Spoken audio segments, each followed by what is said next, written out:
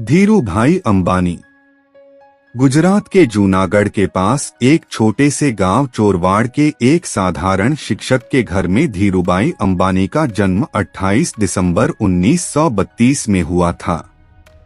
उनकी माता जमुनाबेन एक घरेलू महिला थी और उनके पिता हीराचंद गोवर्धन भाई अंबानी एक साधारण टीचर थे, जिनके लिए अपने इतने बड़े परिवार का लालन पालन करना काफी चुनौतीपूर्ण था।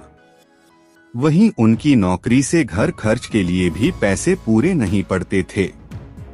ऐसे में 4 और भाई बहनों के बीच धीरूभाई का शिक्षा ग्रहण करना काफी मुश्किल था।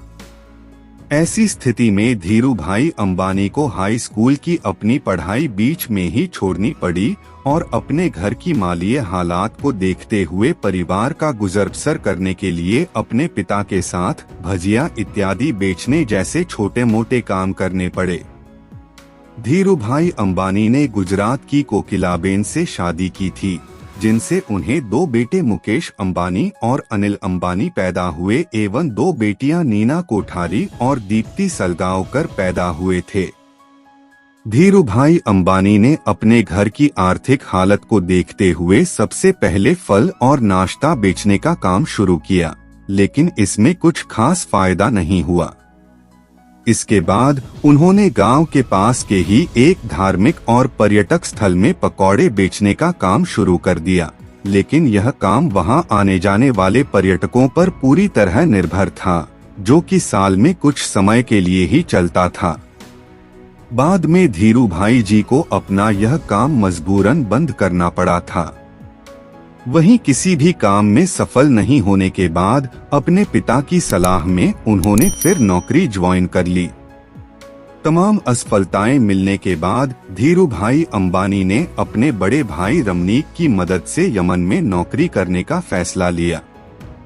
उन्होंने शेल कंपनी पंप पर अपनी पहली नौकरी की और करीब 2 साल तक नौकरी करने के बाद वे अपनी कार्यकुशलता और योग्यता के बल पर मैनेजर के पद पर पहुंच गए।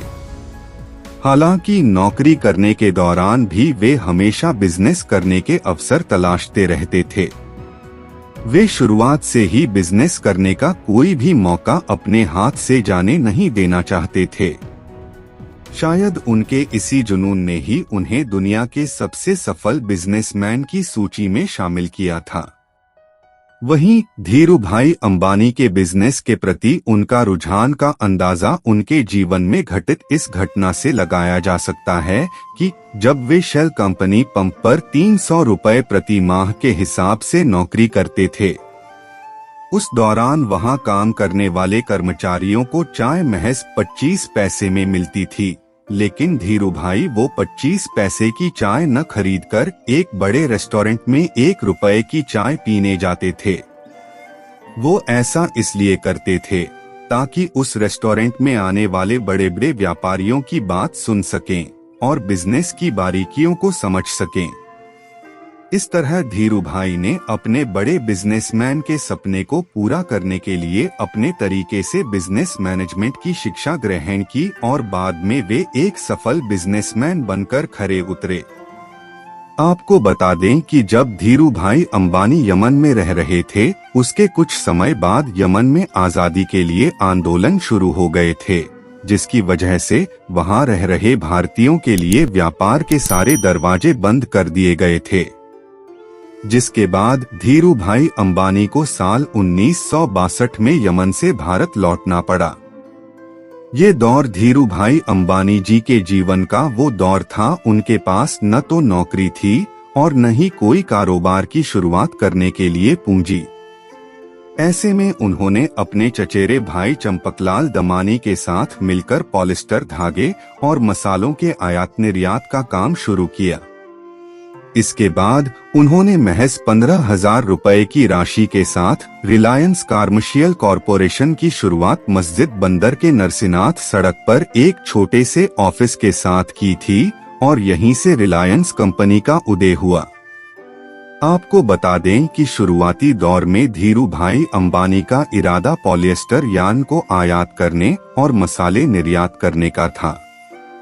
इसके साथ ही आपको ये भी बता दें कि रिलायंस कॉरपोरेशन का पहला ऑफिस नरसिनाथान स्ट्रीट में बना था, जो कि महज एक 350 स्क्वायर फीट का एक कमरा था, जिसमें सिर्फ एक टेलीफोन, एक टेबल और 3 कुर्सियां थी।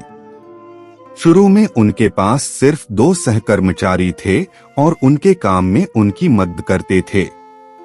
दरअसल धीरू भाई अंबानी और चंपकलाल दमानी दोनों का स्वभाव और बिजनेस करने का तरीका एक दूसरे से बिल्कुल अलग था। इसी वजह से साल 1965 में धीरू भाई अंबानी ने चंपकलाल दमानी के साथ बिजनेस में पार्टनरशिप खत्म कर दी और अपने दम पर बिजनेस की शुरुआत की थी।